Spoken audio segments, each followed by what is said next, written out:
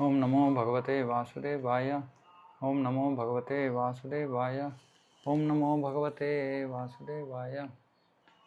नारायणं नमस्कृत्य नरं चैव नरोत्तमं देवीं सरस्वतीं व्यासं ततो जयमुदीरयेत्। नष्टप्रायेषु भद्रेषु नित्यं भागवत सेवया भगवती उत्तमश्लोके भक्तिर्भवति नैष्ठिकी। ओम अज्ञानतिमिरान्धस्य ज्ञानाञ्जनशलाकया चक्षुरुन्मिलितं येन तस्मै श्रीगुरवे नमः। नमो विष्णुपादाय कृष्णप्रेष्ठाय भूतले श्रीमते भक्तिवेदान्तस्वामिनिति नामिने। नमस्ते सारस्वती देवे गौरवाणी प्रचारिणे निर्विशेषशून्यवादी पाश्चात्यदेशतारिणे। जय श्री कृष्ण चैतन्य प्रभु नित्यानंद श्री अद्वैत गदाधर शिवासादि गौरभक्तवृंद। हरे कृष्ण कृष्ण कृष्ण हरे हरे, हरे राम राम राम हरे हरे। हरे कृष्ण। ओके, हरे कृष्ण प्रभुजी।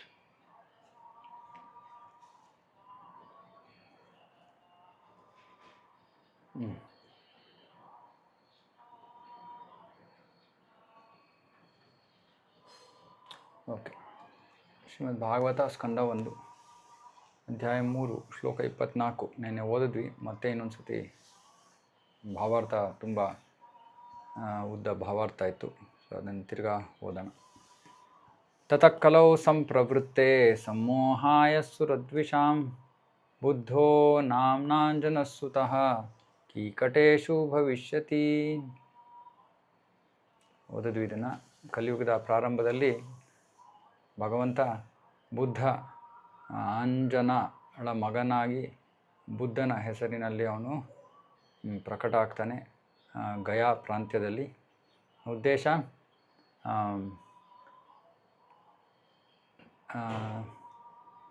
ಆಸ್ತಿಕರು, ಯಾರು ಆಸ್ತಿಕರೆಡೆಗೆ ಅಸೂಯೆಯನ್ನು ತೋರ್ತಾರೋ ಅಂಥವರನ್ನು ದಿಗ್ಭ್ರಾಂತಗೊಳಿಸೋ ಉದ್ದೇಶ.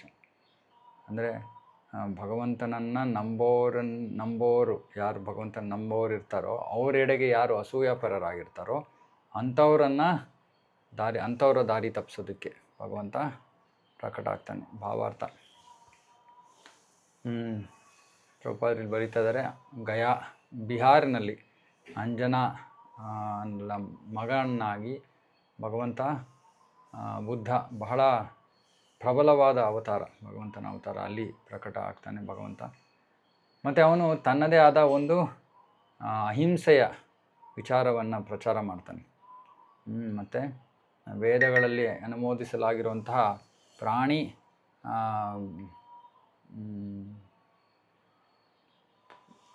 ಪ್ರಾಣಿ ಹಿಂಸೆ ಅಲ್ಲ, ಅಂದರೆ ಯಜ್ಞಗಳ ಮೂಲಕ ಪ್ರಾಣಿಗಳನ್ನು ಕೊಲ್ಲೋ ಒಂದು ವಿಧಾನವನ್ನು ಅವನು ಕೊನೆಗೊಳಿಸ್ತಾನೆ. ಬುದ್ಧ ಪ್ರಕಟ ಆಗೋ ಸಮಯದಲ್ಲಿ ಜನರು ಸಾಮಾನ್ಯವಾಗಿ ಎಲ್ಲರೂ ನಾಸ್ತಿಕರಾಗಿದ್ದರು. ಮತ್ತು ಬೇರೆ ಎಲ್ಲಕ್ಕಿಂತ ಹೆಚ್ಚಾಗಿ ಪ್ರಾಣಿ ಮಾಂಸವನ್ನು ತಿನ್ನೋದಕ್ಕೆ ಅವರು ಇಷ್ಟಪಡುವಂಥವರಾಗಿದ್ದರು. ವೈದಿಕ ಯಜ್ಞ ಅನ್ನೋ ಒಂದು ನೆಪದ ಮೇಲೆ ಎಲ್ಲೆಡೆ ಎಲ್ಲ ಜಾಗಗಳು ಕೂಡ ಕಸಾಯಿಖಾನೆಗೆ ಆಗೋಗಿದ್ವು. ಮತ್ತು ಪ್ರಾಣಿ ವಧೆ ಅನಿಯಂತ್ರಿತವಾಗಿ ನಡೀತಾ ಇತ್ತು. ಹಾಗಾಗಿ ಬುದ್ಧ ಬಂದ್ಬಿಟ್ಟು ಅಹಿಂಸೆಯನ್ನು ಪ್ರಚಾರ ಮಾಡ್ತಾರೆ. ಆ ಮುಗ್ಧ ಪ್ರಾಣಿಗಳ ಮೇಲೆ ಅನುಕಂಪವನ್ನು ತೋರಿ ಅಹಿಂಸೆಯನ್ನು ಪ್ರಚಾರ ಮಾಡ್ತಾರೆ. ತಾವು ವೇದಗಳನ್ನು ನಂಬೋದಿಲ್ಲ ಅಂತಲೂ ಕೂಡ ಅವರು ಹೇಳ್ತಾರೆ. ಮತ್ತು ಪ್ರಾಣಿ ಹಿಂಸೆಯಿಂದ ಆಗುವಂತಹ ಕೆಟ್ಟ ಪರಿಣಾಮಗಳ ಬಗ್ಗೆ ಕೂಡ ಮಾತಾಡ್ತಾರೆ. ಕಲಿಯುಗದಲ್ಲಿ ಅಲ್ಪ ಬುದ್ಧಿಯುಳ್ಳ ಮನುಷ್ಯರು, ಯಾರಿಗೆ ಭಗವಂತನಲ್ಲಿ ಶ್ರದ್ಧೆ ಇರಲಿಲ್ವೋ ಅವರು ಈ ಪ್ರಾಣಿ ಹಿಂಸೆಯ ಮಾರ್ಗವನ್ನು ಅನುಸರಿಸಿದರು. ಹಾಗಾಗಿ ತಾತ್ಕಾಲಿಕವಾಗಿ ಒಂದು ನೈತಿಕ ಶಿಸ್ತು ಮತ್ತು ಅಹಿಂಸೆಯಲ್ಲಿ ಅವರಿಗೆ ತರಬೇತಿಯನ್ನು ಕೊಡ್ತಾರೆ ಬುದ್ಧ. ನೈತಿಕ ಶಿಸ್ತು ಅಂದರೆ ಇನ್ನೊಬ್ಬರಿಗೆ ನೋವು ಮಾಡಬಾರ್ದು, ಈ ಥರ ಸಾಮಾನ್ಯವಾದ ಒಂದು ನೈತಿಕ ನಡವಳಿಕೆಯಲ್ಲಿ ಅವರಿಗೆ ತರಬೇತಿಯನ್ನು ಕೊಟ್ಟು ಭಗವತ್ ಸಾಕ್ಷಾತ್ಕಾರದ ಮಾರ್ಗದಲ್ಲಿ ಆರಂಭದ ಹೆಜ್ಜೆಗಳನ್ನು ಇಡಿಸ್ತಾರೆ. ಆರಂಭದ ಹೆಜ್ಜೆಗಳು, ಯಾಕೆಂದರೆ ಈ ಅಹಿಂಸೆ ನೈತಿಕ ಶಿಸ್ತು ಅಂದರೆ ನೈತಿಕತೆ ಇಲ್ಲದೆ ಹೋದರೆ ನಾವು ಭಗವತ್ ಸಾಕ್ಷಾತ್ಕಾರದ ಮಾರ್ಗದಲ್ಲಿ ಹೋಗೋಕ್ಕಾಗಲ್ಲ. ಹಾಗಾಗಿ ಖಂಡಿತವಾಗಿಯೂ ಯಾರು ಭಗವತ್ ಸಾಕ್ಷಾತ್ಕಾರವನ್ನು ಪಡ್ಕೋಬೇಕು ಅಂತ ಇಚ್ಛೆ ಪಡ್ತಾರೋ ಅವರು ಯಾವ ತರಹದ ಹಿಂಸೆಯಲ್ಲೂ ತೊಡಗಬಾರ್ದು, ಖಂಡಿತವಾಗಿಯೂ ಪ್ರಾಣಿ ವಧೆಯಲ್ಲಿ ತೊಡಗಬಾರ್ದು, ಮಾಂಸ ಭಕ್ಷಣೆಯಲ್ಲಿ ತೊಡಗಬಾರ್ದು. ಇನ್ನೊಂದು ನೈತಿಕ ಜೀವನ, ಸಾಮಾನ್ಯವಾಗಿ ಯಾವುದು ನೈತಿಕ ಅಂತ ಪರಿಗಣಿಸಲಾಗುತ್ತೋ ಅಂತಹ ಜೀವನವನ್ನು ನಡೆಸಬೇಕು. ಇನ್ನೊಬ್ಬರಿಗೆ ಮೋಸ ಮಾಡೋದು, ಇಂತಹ ಕಾರ್ಯಗಳಲ್ಲಿ ತೊಡಗಬಾರ್ದು. ಬುದ್ಧ ಅಂತಹ ನಾಸ್ತಿಕರ ದಾರಿ ತಪ್ಪಿಸ್ತಾರೆ. ಯಾಕೆ? ಅವರು ಜನರು ದೇವರಲ್ಲಿ ನಂಬ್ತಾ ಇರಲಿಲ್ಲ. ಆದರೆ ದೇವರಲ್ಲಿ ನಂಬ್ತಾ ಇಲ್ಲದೆ ಇರೋ ಅವರು ಬುದ್ಧನಲ್ಲಿ ಸಂಪೂರ್ಣ ಶ್ರದ್ಧೆಯನ್ನು, ನಂಬಿಕೆಯನ್ನು ಇಡ್ತಾರೆ. ಮತ್ತು ಬುದ್ಧ ತಾನೇ ದೇವರ ಅವತಾರ. ಹಾಗಾಗಿ ನಾಸ್ತಿಕರನ್ನು ತಮ್ಮ ಮೇಲೆ ಶ್ರದ್ಧೆ ಬೆಳೆಸ್ಕೊಳ್ಳೋದ್ರ ಮೂಲಕ ಅವರು ಒಂದು ರೀತಿಯಲ್ಲಿ ಜನರನ್ನು ಆಸ್ತಿಕರನ್ನಾಗಿ ಮಾಡಿದ್ರು. ಆದರೆ ಇದು ಬಹಳ ಆರಂಭದ ಹೆಜ್ಜೆ ಆಗಿತ್ತು. ಯಾಕೆಂದರೆ ಅವರು ತುಂಬ ವೇದಗಳ ವಿರುದ್ಧವಾಗಿ ತುಂಬ ಮುಂದೆ ಸಾಗ್ಬಿಟ್ಟಿದ್ರು. ಅವರನ್ನು ನೆನ್ನೆ ಹೇಳ್ದಂಗೆ ನಾನು ಯೂಟರ್ನ್ ಮಾಡಿಸ್ಬೇಕಾಗಿತ್ತು. ಹಾಗಾಗಿ ಬೌದ್ಧನ ರೂಪದಲ್ಲಿ ಅವರು ಭಗವಂತನಲ್ಲಿ, ದೇವರಲ್ಲಿ ನಂಬಿಕೆಯನ್ನು ಇಡೋಕ್ಕೆ ಶುರು ಮಾಡಿದ್ರು. ಇದು ಬುದ್ಧನ ಅವರ ಮೇಲಿನ ಕೃಪೆ. ಯಾರಿಗೆ ಭಗವಂತನಲ್ಲಿ ಶ್ರದ್ಧೆ ಇರಲಿಲ್ಲೋ ಅವ್ರಿಗೆ ಭಗವಂತನಲ್ಲಿ, ಬುದ್ಧನ ರೂಪದಲ್ಲಿ ಭಗವಂತನಲ್ಲಿ ಶ್ರದ್ಧೆ ಇಡೋ ಹಾಗೆ ಮಾಡಿದ್ರು. ಬುದ್ಧ ಪ್ರಕಟ ಆಗೋಕ್ಕಿಂತ ಮುಂಚೆ ಸಮಾಜದಲ್ಲಿ ಎಲ್ಲಕ್ಕಿಂತ ಪ್ರಮುಖ ಒಂದು ವಿಷಯ ಅಂದರೆ ಈ ಪ್ರಾಣಿವಧೆ. ಈ ಎಲ್ಲ ಪ್ರಾಣಿವಧೆ ವೈದಿಕ ಯಜ್ಞ ಅಂತ ಜನ ಹೇಳ್ತಾ ಇದ್ರು.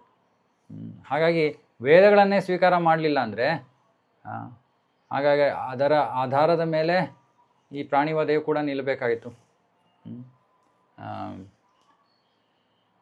ಇವಾಗ ಈ ವೇದಗಳನ್ನು ಅಧಿಕೃತ ಗುರು ಶಿಷ್ಯ ಪರಂಪರೆಯಲ್ಲಿ ಸ್ವೀಕಾರ ಮಾಡದೇ ಹೋದರೆ, ಸುಮ್ಮನೆ ಹಗುರ ಮನೋಭಾವದಿಂದ ವೇದಗಳನ್ನು ಓದೋರು ಅದರಲ್ಲಿರುವಂತಹ ಬಹಳ ಪುಷ್ಪಭರಿತ ಭಾಷೆಯಿಂದ ಅವರು ದಿಗ್ಭ್ರಾಂತರಾಗೋಗ್ತಾರೆ, ದಾರಿ ತಪ್ಪಿಬಿಡ್ತಾರೆ. ಅಂದರೆ ವೇದಗಳು ಒಬ್ರೊಬ್ಬರಿಗೆ ಒಂದೊಂದು ರೀತಿಯಲ್ಲಿ ಅರ್ಥ ಮಾಡ್ಕೊಳ್ತಾರೆ ಜನರು. ಇವಾಗ ಭಗವದ್ಗೀತೆಯನ್ನು ಅರ್ಥ ಮಾಡ್ಕೊಳ್ಳೋಂಗೆ ಒಬ್ರೊಬ್ಬರು ಒಂದೊಂದು ರೀತಿಯಲ್ಲಿ ಅರ್ಥ ಮಾಡ್ಕೋತಾರೆ. ಯಾಕೆಂದರೆ ಅವರ ಪರಿಶುದ್ಧತೆ ಮೇಲೆ ಅದು ಆಧಾರಿತವಾಗಿರುತ್ತೆ. ಭಗವದ್ಗೀತೆಯಲ್ಲೂ ಕೂಡ ಒಂದು ಹೇಳಿಕೆ ಇದೆ, ಅವಿಪಶ್ಚಿತ ಅಂದರೆ ಮೂರ್ಖ ಪಂಡಿತರು. ಪಂಡಿತರೇ ಹೇಗೆ ಮೂರ್ಖರಾಗಕ್ಕಾಗತ್ತೆ?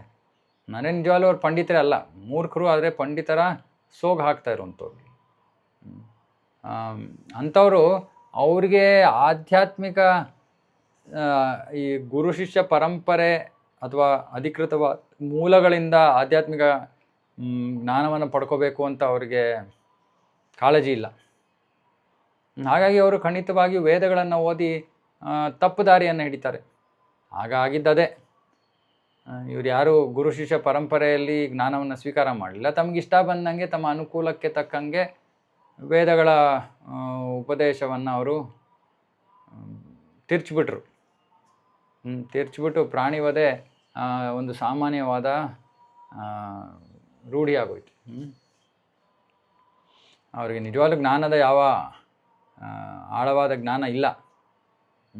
ಯಾಕಂದರೆ ಕೃಷ್ಣ ಭಗವದ್ಗೀತೆಯಲ್ಲಿ ಹೇಳ್ತಾನೆ, ವೇದೇಶ್ಚ ಸರ್ವೇ ಅಹಮೇವ ವೇದ್ಯ. ವೇದಗಳ ಉದ್ದೇಶವೇ ಕೊನೆಗೆ ಪರಮಪ್ರಭುವಿನ ಹತ್ರ ಹೋಗೋದು, ಅವನನ್ನು ಅರ್ಥ ಮಾಡ್ಕೊಳ್ಳೋದು. ಅವನನ್ನು ಅರ್ಥ ಮಾಡ್ಕೊಳ್ಳೋದೇ ಈ ಇಡೀ ವೈದಿಕ ಸಾಹಿತ್ಯದ ಉದ್ದೇಶ.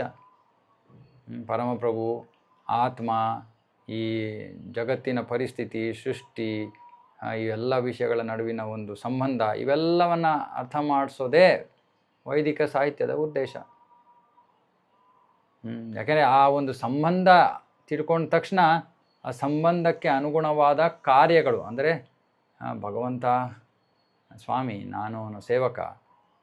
ಹಾಗಾಗಿ ಸೇವಕನ ಕಾರ್ಯ ಶುರು ಆಗಬೇಕು.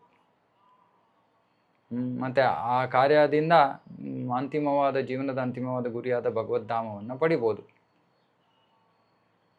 ಆದರೆ ಅನಧಿಕೃತವಾದ ಪಂಡಿತರು ಅವರು ಸುಮ್ಮನೆ ವೇದಗಳಲ್ಲಿರೋ ಕರ್ಮಕಾಂಡ ಪ್ರಕ್ರಿಯೆಗಳಲ್ಲಿ ಸಿಕ್ಕಾಕೊಂಡ್ಬಿಡ್ತಾರೆ. ಹಾಗಾಗಿ ಅವರು ವೇದಗಳ ಅಂತಿಮ ಉದ್ದೇಶದ ತನಕ ಹೋಗೋದೇ ಇಲ್ಲ. ಇವತ್ತು ಎಷ್ಟೊಂದು ಜನ ದೇವಸ್ಥಾನಗಳಿಗೆ ಹೋಗ್ತಾರೆ, ಭಕ್ತಿಯನ್ನು ಮಾಡೋಕ್ಕೆ ಇಷ್ಟ ಆಗಲ್ಲ. ದೇವಸ್ಥಾನಕ್ಕೆ ಹೋಗ್ತಾರೆ, ಹುಂಡಿಲ ದುಡ್ಡು ಹಾಕ್ತಾರೆ, ಆರತಿ ತೊಗೋತಾರೆ, ಪ್ರಸಾದ ತೊಗೋತಾರೆ, ಬರ್ತಾರೆ. ಆದರೆ ಭಕ್ತಿ ಮಾಡೋಕ್ಕೆ ಇಷ್ಟ ಇಲ್ಲ. ಅಂದರೆ ತಮಗೆ ಇಷ್ಟ ಬಂದಂಗೆ ತಾವು ಕಾರ್ಯಗಳನ್ನು ಮಾಡೋದು. ಇದು ಗುರು ಶಿಷ್ಯ ಪರಂಪರೆಯನ್ನು ಮೀರಿರುವಂತಹ ಕಾರ್ಯಗಳು. ಯಾಕೆಂದರೆ ಗುರು ಶಿಷ್ಯ ಪರಂಪರೆಯಲ್ಲಿ ನೀವು ಹೋದರೆ ಭಕ್ತಿ ಹೇಗೆ ಮಾಡಬೇಕು, ಭಗವಂತ ಹೇಗೆ ಹೇಳಿದಾನೋ ಹಾಗೆ ಭಕ್ತಿ ಮಾಡಬೇಕು. ನಮಗೆ ಇಷ್ಟ ಬಂದಂಗೆ ಮಾಡೋಕ್ಕಾಗಲ್ಲ. ಮತ್ತು ಸ್ವಾರ್ಥಕ್ಕೋಸ್ಕರ ಮಾಡೋದು ಭಕ್ತಿನೇ ಅಲ್ಲ. ಭಗವಂತನ ಸಂತೃಪ್ತಿಗೋಸ್ಕರ ಮಾಡೋದು ಭಕ್ತಿ. ಹಾಗಾಗಿ ಆ ರೀತಿ ವೇದಗಳಲ್ಲಿ ತಮಗೇನು ಬೇಕೋ ಅದನ್ನು ಸ್ವೀಕರಿಸಿರುವಂತಹ ನಾಸ್ತಿಕರವರು. ನಾಸ್ತಿಕ ಮನೋಭಾವ, ಅದು ಪ್ರವೃತ್ತಿ. ಅವರಿಗೆ ಬುದ್ಧ ಆಸ್ತಿಕತೆಯ ಗುರುತಾದರು. ಅಂದರೆ ಬುದ್ಧರನ್ನು ಸ್ವೀಕಾರ ಮಾಡೋ ಮೂಲಕ ಅವರು ಆಸ್ತಿಕರಾದರು.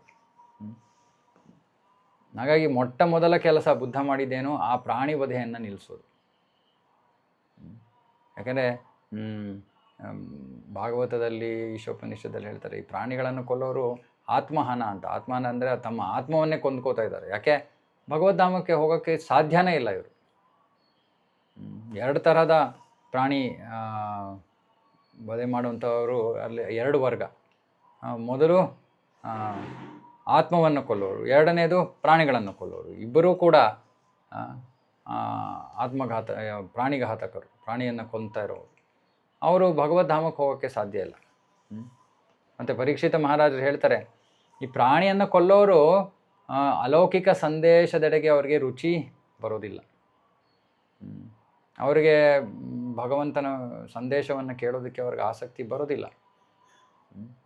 ಅಂಥವ್ರಿಗೆ ಏನು ಮಾಡಬೇಕು? ಪ್ರಸಾದವನ್ನು ಕೊಡಬೇಕು. ಎಷ್ಟು ಸಾಧ್ಯವಾಗುತ್ತೋ ಅಷ್ಟು ಪ್ರಸಾದ ತಿನ್ನಿಸ್ಬೇಕು, ಕೀರ್ತನೆ ಮಾಡಬೇಕು. ಆಮೇಲೆ ಕ್ರಮೇಣವಾಗಿ ಅವರು ಪರಿಶುದ್ಧರಾಗಿ ಆಗಿ ಕೊನೆಗೆ ಅವರು ಕೂತ್ಕೊಂಡು ಭಗವಂತನ ಸಂದೇಶವನ್ನು ಕೇಳೋ ಒಂದು ಪರಿಸ್ಥಿತಿಗೆ ಹಂತಕ್ಕೆ ಬರ್ತಾರೆ. ಭಗವದ್ಧಾಮಕ್ಕೆ ಆ ಮಾರ್ಗದಲ್ಲಿ ಹೋಗಬೇಕು ಅಂದರೆ ಮೊಟ್ಟ ಮೊದಲ ಪ್ರಕ್ರಿಯೆ ಪ್ರಾಣಿ ವಧೆಯನ್ನು ನಿಲ್ಲಿಸೋದು. ಕೆಲವರು ಹೇಳ್ತಾರೆ, ಪ್ರಾಣಿ ವಧೆಗೂ ಆತ್ಮ ಸಾಕ್ಷಾತ್ಕಾರಕ್ಕೂ ಏನೂ ಸಂಬಂಧವೇ ಇಲ್ಲ ಅಂತ. ಬಹಳ ಭಯಾನಕ ವಿಚಾರ ಇದು. ಕಲಿಯುಗದಲ್ಲಿ ಈ ರೀತಿ ಹೇಳುವಂತಹ ಬಹಳ ತಥಾಕಥಿತ ಸನ್ಯಾಸಿಗಳು ಹುಟ್ಕೊಂಡ್ಬಿಟ್ಟಿದ್ದಾರೆ. ಅವರು ವೇದಗಳಲ್ಲೇ ಈ ಪ್ರಾಣಿ ವಧೆಯನ್ನು ಶಿಫಾರಸು ಮಾಡಲಾಗಿದೆ ಅಂತ ಹೇಳಿಕೊಂಡು ಅವರು ತಮ್ಮ ಕಾರ್ಯಗಳನ್ನು ಮಾಡ್ಕೋತಾ ಇದ್ದಾರೆ. ಆದರೆ ಜನರಿಗೆ ಮೋಸ ಮಾಡ್ತಾ ಇದ್ದಾರೆ ಅಷ್ಟೆ. ಈ ಒಂದು ಪ್ರಾಣಿ ವಧೆಯ ವಿಷಯವನ್ನು ಚೈತನ್ಯ ಮಹಾಪ್ರಭು ಮತ್ತು ಚಾಂದ್ ಕಾಜಿ ಮೌಲಾನಾ ಅವರ ನಡುವೆ ಸಂವಾದ, ಅದು ಚೈತನ್ಯ ಚರಿತಾಮೃತದಲ್ಲಿ ನಮಗೆ ಸಿಗುತ್ತೆ. ಅಲ್ಲೂ ಕೂಡ ಈ ಪ್ರಾಣಿ ವಧೆಯ ಬಗ್ಗೆ ಚರ್ಚೆ ಆಗುತ್ತೆ. ಇವಾಗ ವೇದಗಳಲ್ಲಿ ಅನುಮೋದಿಸಿರುವಂಥ ಪ್ರಾಣಿ ವಧೆ, ಕಸಾಯಿಖಾನೆಗಳಲ್ಲಿ ಪ್ರಾಣಿಯನ್ನು ಕೊಲ್ಲೋದಕ್ಕೂ ಬಹಳ ಬಹಳ ವ್ಯತ್ಯಾಸ ಇದೆ. ವೇದದಲ್ಲಿ ಅದು ಮಂತ್ರವನ್ನು ಪರೀಕ್ಷೆ ಮಾಡೋ ಉದ್ದೇಶದಿಂದ, ಯೋಗ್ಯ ಬ್ರಾಹ್ಮಣರನ್ನು ಪರೀಕ್ಷೆ ಮಾಡೋ ಉದ್ದೇಶದಿಂದ ಪ್ರಾಣಿಗಳನ್ನು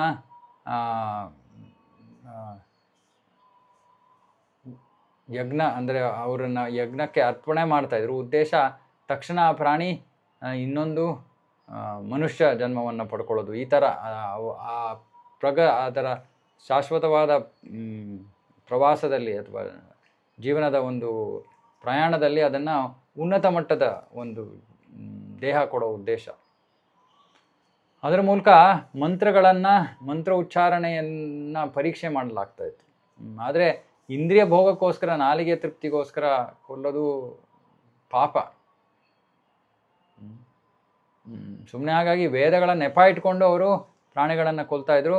ಬುದ್ಧ ಅದನ್ನು ಬಂದ್ಬಿಟ್ಟು ನಿಲ್ಲಿಸ್ತಾರೆ. ಹಾಗಾಗಿ ಬುದ್ಧ ತಾವೇ ಕೊಟ್ಟಿರುವಂತಹ ವೇದಗಳನ್ನು ತಿರಸ್ಕರಿಸ್ಬಿಡ್ತಾರೆ. ಯಾಕೆ? ಜನರನ್ನು ರಕ್ಷಿಸೋದಕ್ಕೋಸ್ಕರ, ಜನರನ್ನು ಈ ಪಾಪ ಮಾರ್ಗದಲ್ಲಿ ಹೋಗೋದ್ರಿಂದ ತಪ್ಪಿಸೋಕ್ಕೋಸ್ಕರ ಅವರು ಹಾಗೆ ಮಾಡ್ತಾರೆ. ಸುಮ್ಮನೆ ಜನರು ಎಲ್ಲ ಕಡೆ ಸಾರ್ವತ್ರಿಕ ಭ್ರಾತೃಭಾವ ಇರಬೇಕು, ಎಲ್ಲರೂ ಒಟ್ಟಿಗೆ ಇರಬೇಕು, ಶಾಂತಿ ಇರಬೇಕು, ನೆಮ್ಮದಿ ಇರಬೇಕು ಅಂತೆಲ್ಲ ಹೇಳ್ತಾರೆ. ಆದರೆ ಪ್ರಭುಪಾದರು ಬರೀತಾರೆ, ಈ ಕಸಾಯಿಖಾನೆಗಳು ಇಟ್ಕೊಂಡು ಇಷ್ಟೊಂದು ಮುಗ್ಧ ಪ್ರಾಣಿಗಳನ್ನು ಕೊಲ್ತಾ ಇರೋರು ಯಾವ ರೀತಿಯಲ್ಲಿ ಶಾಂತಿ ಸಮೃದ್ಧಿಯನ್ನು ಪಡೆಯೋಕ್ಕೆ ಸಾಧ್ಯ? ಪಾಪ ಅಮಾಯಕ ಪ್ರಾಣಿಗಳನ್ನು ಕೊಲ್ತಾ ಇರುವಾಗ ಇವ್ರು ಹೆಂಗೆ ಸಮೃದ್ಧವಾಗಿರೋಕ್ಕೆ ಸಾಧ್ಯ? ಹಾಗಾಗಿ ಯಾವ ಯಾವ ದೇಶಗಳಲ್ಲಿ ಜಾಗಗಳಲ್ಲಿ ಪ್ರಾಣಿ ವಧೆ ಆಗುತ್ತೋ ಅಲ್ಲಿ ಯಾವ ತರಹದ ನ್ಯಾಯವೂ ಇರೋಕ್ಕೆ ಸಾಧ್ಯ ಇಲ್ವಂತೆ. ಬಹಳ ಭಾರಿಯಾದ ಮಾತುಗಳು. ಹಾಗಾಗಿ ಬುದ್ಧ ಇದನ್ನು ನಿಲ್ಲಿಸಿ ಅಹಿಂಸೆಯ ಮಾರ್ಗವನ್ನು ಎಲ್ಲರೂ ಸ್ವೀಕಾರ ಮಾಡಬೇಕು ಅಂತ ಶುರು ಮಾಡಿದ್ದು. ಮತ್ತು ಇದು ಭಾರತದಲ್ಲಿ ಮಾತ್ರ ಅಲ್ಲ, ಭಾರತದ ಆಚೆಯೂ ಹೋಯಿತು. ಆದರೆ ಇವತ್ತು ಕೂಡ ಈ ಬೌದ್ಧ ಪಂಥದವರು ಮಾಂಸವನ್ನು ತಿಂತಾರೆ. ಬುದ್ಧ ಬಂದಿದೆ ಮಾಂಸ ತಿನ್ನೋದನ್ನು ನಿಲ್ಲಿಸೋದಕ್ಕೆ. ಆದರೆ ಇವತ್ತು ಇನ್ನೂ ನಡೀತಾ ಇದೆ ಅದು.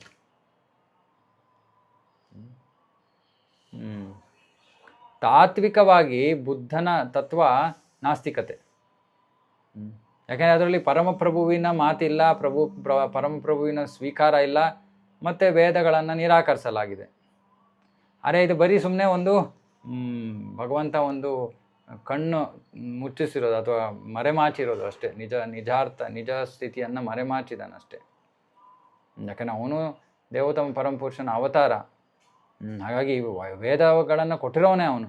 ಹಾಗಾಗಿ ಅವನು ವೈದಿಕ ತತ್ವವನ್ನು ನಿರಾಕರಿಸೋಕ್ಕಾಗಲ್ಲ. ಆದರೆ ಸುಮ್ಮನೆ ಬಾಹ್ಯ ದೃಷ್ಟಿಯಿಂದ ಈ ಯಾರು ಭಕ್ತರೆಡೆಗೆ ಅಸೂಯೆಯನ್ನು ತೋರೋರಿದ್ದರು ಅಂಥವ್ರಿಗೆ ಸುಮ್ಮನೆ ಒಂದು ರೀತಿಯಲ್ಲಿ ದಾರಿ ತಪ್ಪಿಸೋದಕ್ಕೆ ಮಾಡಿದ್ದಂಥ ವಿಷಯ.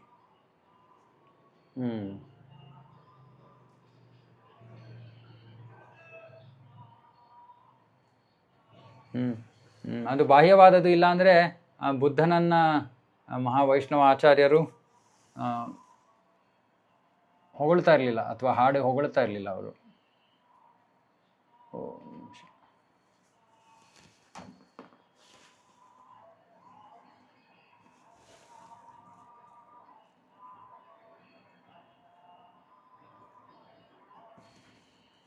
ಏನಾಯಿತು?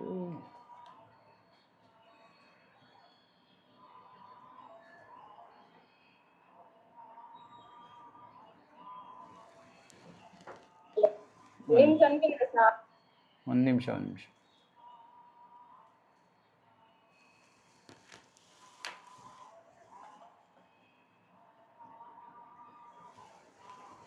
ಹಾಂ,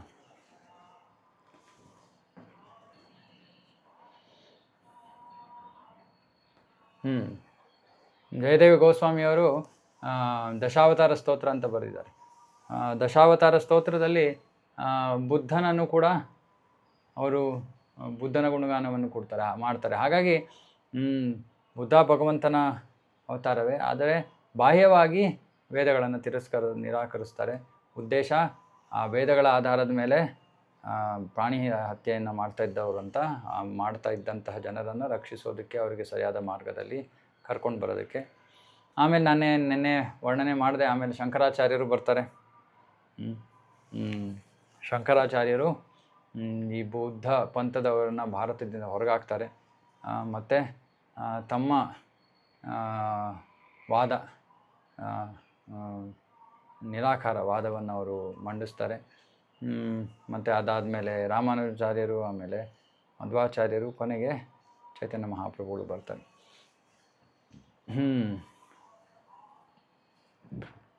ಭಾಗವತ ಕಲಿಯುಗ ಪ್ರಾರಂಭವಾಗೋಕ್ಕಿಂತ ಮುಂಚೆ ಸಂಕಲನ ಆಗಿದ್ದು. ಆಗ ಇನ್ನೂ ಬುದ್ಧ ಪ್ರಕಟ ಆಗಿರಲಿಲ್ಲ.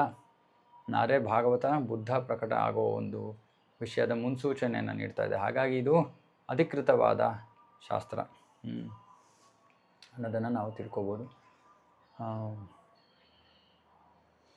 ಭಾಗವತ ಸಾಮಾನ್ಯ ಮನುಷ್ಯರಲ್ಲಿರುವಂಥ 4 ದೋಷಗಳು,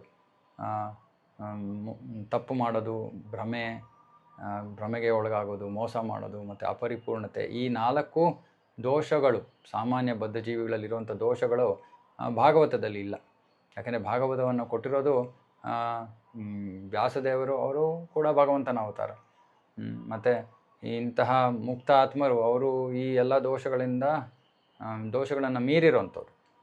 ಅವರು ಭವಿಷ್ಯವನ್ನು ನೋಡಬಲ್ಲವರು. ತದ್ವಿಧಿ ಪ್ರಣಿಪಾತೇನ ಪರಿಪ್ರಶ್ನೇನ ಸೇವೆ ಉಪದೇಶಂತಿ ತೇ ಜ್ಞಾನಿನ ತತ್ವದರ್ಶಿನ, ತತ್ವವನ್ನು ನೋಡಿರೋಂಥವ್ರು. ಅಂಥವರು ಬರೆದಿರೋಂಥ ಗ್ರಂಥಗಳಲ್ಲಿ ದೋಷಗಳಿರಲ್ಲ. ಸಾಮಾನ್ಯ ಮನುಷ್ಯನು ಬರೆಯುವಂತಹ ಒಂದು ಇದರಲ್ಲಿ ವಿಷಯದಲ್ಲಿ ದೋಷಗಳಿರುತ್ತೆ, ಈ 4 ದೋಷಗಳಿರುತ್ತೆ. ಆದರೆ ವ್ಯಾಸದೇವರು ಭಗವಂತನ ಅವತಾರ. ಹಾಗಾಗಿ ದೋಷಗಳಿಲ್ಲ. ಅದರ ಒಂದು ಗುಣ, ಅದರ ಒಂದು ಉದಾಹರಣೆ ಈ ಭಾಗವತದಲ್ಲಿ ಬುದ್ಧನ ಅವತಾರದ ಭವಿಷ್ಯವಾಣಿಯನ್ನು ನುಡಿತಾ ಇರೋದು. ಹಾಗಾಗಿ ಭಾಗವತ ಎಂತಹ ಉನ್ನತ ಮಟ್ಟದ ಗ್ರಂಥ ಅಂತ ಕೂಡ ನಮಗಿದರಲ್ಲಿ ಗೊತ್ತಾಗುತ್ತೆ. ಸೊ ಒಟ್ಟು ವಿಷಯ, ಬುದ್ಧ ಆ ಟರ್ನ್, ಜನರು ತಪ್ಪು ದಾರಿಯಲ್ಲಿ ಹೋಗ್ತಾ ಇದ್ದವ್ರನ್ನ ನಿಲ್ಲಿಸಿ ವಾಪಸ್ಸು ಭಗವದ್ಧಾಮದೆಡೆಗೆ ಅವರ ಪ್ರಯಾಣ ಪ್ರಾರಂಭವಾಗುವುದಕ್ಕೆ ಅವರು ಆರಂಭಿಕ ಹೆಜ್ಜೆಗಳನ್ನು ಇಡಿಸ್ತಾರೆ ಜನರಿಂದ. ಆಮೇಲೆ ಕ್ರಮೇಣವಾಗಿ ನಿನ್ನೆ ಹೇಳ್ದಂಗೆ ಈ ಯಾರು ಚೈತನ್ಯ ಮಹಾಪ್ರಭುಗಳ ಮಾರ್ಗವನ್ನು ಅಂದರೆ ನಾಮ ಸಂಕೀರ್ತನೆಯ ಮಾರ್ಗವನ್ನು, ಹರಿನಾಮದ ಮಾರ್ಗವನ್ನು ಯಾರು ಸ್ವೀಕರಿಸಿದಾರೋ ಅವರು ತಮ್ಮ ಪ್ರಯಾಣದ ಕೊನೆಯ ಘಟ್ಟದಲ್ಲಿದ್ದಾರೆ. ನಮ್ಮ ಆಚಾರ್ಯರು ಬರೀತಾರೆ, ಕೃಷ್ಣ ಭಕ್ತಿಯನ್ನು ಸ್ವೀಕಾರ ಮಾಡಿರೋರು ಕೆಲವೇ ವೈಕುಂಠದಿಂದ ಕೆಲವೇ ಹೆಜ್ಜೆಗಳು ದೂರದಲ್ಲಿದ್ದಾರೆ ಅಂತ. ಅಂದರೆ ನಮ್ಮ ಇಷ್ಟ, ನಾವು ಹೋಗಬೇಕಾ ವೈಕುಂಠಕ್ಕೆ, ಗೋಲೋಕಕ್ಕೆ, ಅಥವಾ ಇಲ್ಲೇ ಉಳಿಬೇಕಾ ಅನ್ನೋದು ನಮ್ಮ ಆಯ್ಕೆ. ಆದರೆ ನಾವು ಆಯ್ಕೆ ಮಾಡ್ಕೊಂಡಿರೋ ಪಥ ಖಂಡಿತವಾಗಿಯೂ ನಮ್ಮನ್ನು ಅಲ್ಲಿ ತನಕ ಕರ್ಕೊಂಡು ಹೋಗೋಷ್ಟು ಪ್ರಬಲವಾದದ್ದು, ಪರಿಪೂರ್ಣವಾದದ್ದು. ಹಾಗಾಗಿ ಭಕ್ತಿಯನ್ನು ಬಿಟ್ಟು ಸುಮ್ಮನೆ ನಾವು ಪುಣ್ಯ ಕಾರ್ಯಗಳಲ್ಲಿ ತೊಡಗಿದ್ರೆ ಮತ್ತೆ ಜನ್ಮ ಪಡಿಬೇಕಾಗತ್ತೆ. ಯಾಕಂದರೆ ಪರಿಪೂರ್ಣತೆ ಪಡೆಯೋದಕ್ಕೆ ಪುಣ್ಯ ಕಾರ್ಯದಿಂದ ಪರಿಪೂರ್ಣತೆ ಆಗೋದಿಲ್ಲ. ಇದೊಂದು ತಪ್ಪು ತಿಳುವಳಿಕೆ ಜನರಲ್ಲಿ. ಏನಂದರೆ ನಾನು ಸ್ವಲ್ಪ ಪುಣ್ಯ ಕಾರ್ಯಗಳನ್ನು ಮಾಡಿಬಿಡ್ತೀನಿ, ಆಮೇಲೆ ನಾನು ಪರಿಪೂರ್ಣತೆಯನ್ನು ಪಡ್ಕೋತೀನಿ. ಇಲ್ಲ, ಪುಣ್ಯ ಕಾರ್ಯ ಮಾಡೋದ್ರಿಂದ ನಾವು ಸ್ವರ್ಗಕ್ಕೆ ಹೋಗ್ಬೋದು. ಸ್ವರ್ಗಕ್ಕೆ ಹೋಗೋದ್ರಿಂದ ಗೋಲೋಕಕ್ಕೆ ಅಥವಾ ವೈಕುಂಠಕ್ಕೆ ಹೋಗೋಕ್ಕಾಗಲ್ಲ. ಗೋಲೋಕ ಅಥವಾ ವೈಕುಂಠಕ್ಕೆ ಹೋಗಬೇಕು ಅಂದರೆ ನಾವು ಭಕ್ತಿಯ ಕಾರ್ಯ ಮಾಡಬೇಕು, ಶುದ್ಧ ಭಕ್ತಿಯನ್ನು ಆಚರಣೆ ಮಾಡಬೇಕು. ಶುದ್ಧ ಭಕ್ತಿಯನ್ನು ಮಾಡಿದಾಗ ಮಾತ್ರ ನಮ್ಗೆ ಹೋಗೋಕ್ಕಾಗೋದು. ಸಾಮಾನ್ಯವಾಗಿ ಸುಮ್ಮನೆ ಹೋಗಿ ದೇವರು ದಿಂಡ್ರು ಅಂತ ಕೆಲಸ ಮಾಡೋದ್ರಿಂದ ನಾವು ಭಗವದ್ಧಾಮವನ್ನು ಪಡೆಯೋಕ್ಕಾಗಲ್ಲ. ಅದರಿಂದ ಪುಣ್ಯ ಸಿಗುತ್ತೆ. ಪುಣ್ಯದಿಂದ ಸ್ವರ್ಗ, ಕ್ಷೀಣೆ ಪುಣ್ಯ ಮರ್ತ್ಯ ಲೋಕಂ ವಿಶಂತಿ. ಪುಣ್ಯ ಕ್ಷೀಣಿಸಾದ್ಮೇಲೆ ಮತ್ತೆ ಭೂಲೋಕಕ್ಕೆ ಬರಬೇಕು, ಮತ್ತೆ ಪ್ರಯತ್ನವನ್ನು ಮುಂದುವರಿಸ್ಬೇಕು. ಹಾಗಾಗಿ ಇದೆಲ್ಲದರ ಒಂದು ತಾತ್ಪರ್ಯ ಅಂದರೆ ಭಕ್ತಿಯನ್ನು ನಾವು ಸ್ವೀಕಾರ ಮಾಡಬೇಕು ಅನ್ನೋದು. ಶ್ಲೋಕ 25. ಅಥಾಸೌ ಯುಗ ಸಂಧ್ಯಾಯಾಂ ದಸ್ಯುಪ್ರಾಯೇಷು ರಾಜಸು ಜನಿತಾ ವಿಷ್ಣು ಯಶಸೋ ನಾಮ್ನಾ ಕಲ್ಕಿರ್ಜಗತ್ಪತಿ. ಇವಾಗ ಇನ್ನೊಂದು ಭವಿಷ್ಯವಾಣಿಯನ್ನು ನುಡಿತದೆ. 2 ಯುಗಗಳ ಸಂಧ್ಯದಲ್ಲಿ, ಅಂದರೆ ಪ್ರತಿಯೊಂದು ಯುಗಕ್ಕೂ ಆದಿ ಮಧ್ಯ ಅಂತ್ಯ ಅಂತ ಇದೆ. ಮತ್ತು ಆ ಆದಿ ಮತ್ತು ಅಂತ್ಯ, ಅಂದರೆ ಒಂದು ಯುಗದ ಅಂತ್ಯ ಮತ್ತು ಇನ್ನೊಂದು ಯುಗದ ಆದಿ, ಸ್ವಲ್ಪ ಸಮಯವನ್ನು ಸಂಧ್ಯಾ ಅಂತ ಕರೀತಾರೆ. ಇದು ಕೊನೆಗೊಳ್ತಾ ಇದೆ, ಇನ್ನೊಂದು ಯುಗ ಪ್ರಾರಂಭವಾಗ್ತಾ ಇದೆ, ಆ ಒಂದು ಕಾಲವನ್ನು ಸಂಧ್ಯಾ ಅಂತ ಕರೀತಾರೆ. ಆ ಸಂಧ್ಯಾ ಕಾಲದಲ್ಲಿ ಕಲಿಯುಗ ಮತ್ತು ಸತ್ಯುಗದ ಸಂಧ್ಯಾ ಅದು. ಅಂದರೆ ಕಲಿಯುಗ ಇನ್ನೇನು ಕೊನೆಗೊಳ್ತಾ ಇದೆ, ಹದಗೆಟ್ಟು ಹೋಗಿದೆ ಪರಿಸ್ಥಿತಿ. ಸತ್ಯಯುಗವನ್ನು ಪ್ರಾರಂಭ ಮಾಡಬೇಕು, ಕಲಿಯುಗದ ಅಂಶಗಳನ್ನು ನಾಶ ಮಾಡಬೇಕು. ಆಗ ಭಗವಂತ ಕಲ್ಕಿ ಅವತಾರವನ್ನು ತಾಳ್ತಾನೆ. ವಿಷ್ಣು ಯಶ ಅನ್ನೋ ನಮ್ಮ ಪುತ್ರನಾಗಿ ಜನ್ಮ ಪಡಿತಾನೆ. ಅಷ್ಟೊತ್ತಿಗೆ ಎಲ್ಲ ಆಡಳಿತಗಾರರು ಅವರು ದುಷ್ಟರಾಗಿ, ಅವರು ಕಳ್ಳಕಾಕರರಾಗೋಗಿರ್ತಾರೆ, ದರೋಡೆಕೋರರಾಗೋಗಿರ್ತಾರೆ. ಅಂತಹ ರಾಜಕಾರಣಿಗಳ ಅಥವಾ ಆಡಳಿತಗಾರರ ಕೈ ಕೆಳಗಡೆ ಜೀವನ ಮಾಡ್ತಾ ಇರುವಂತಹ ಜನರ ಪರಿಸ್ಥಿತಿ ಬಹಳ ಹದಗೆಟ್ಟು ಹೋಗಿರುತ್ತೆ.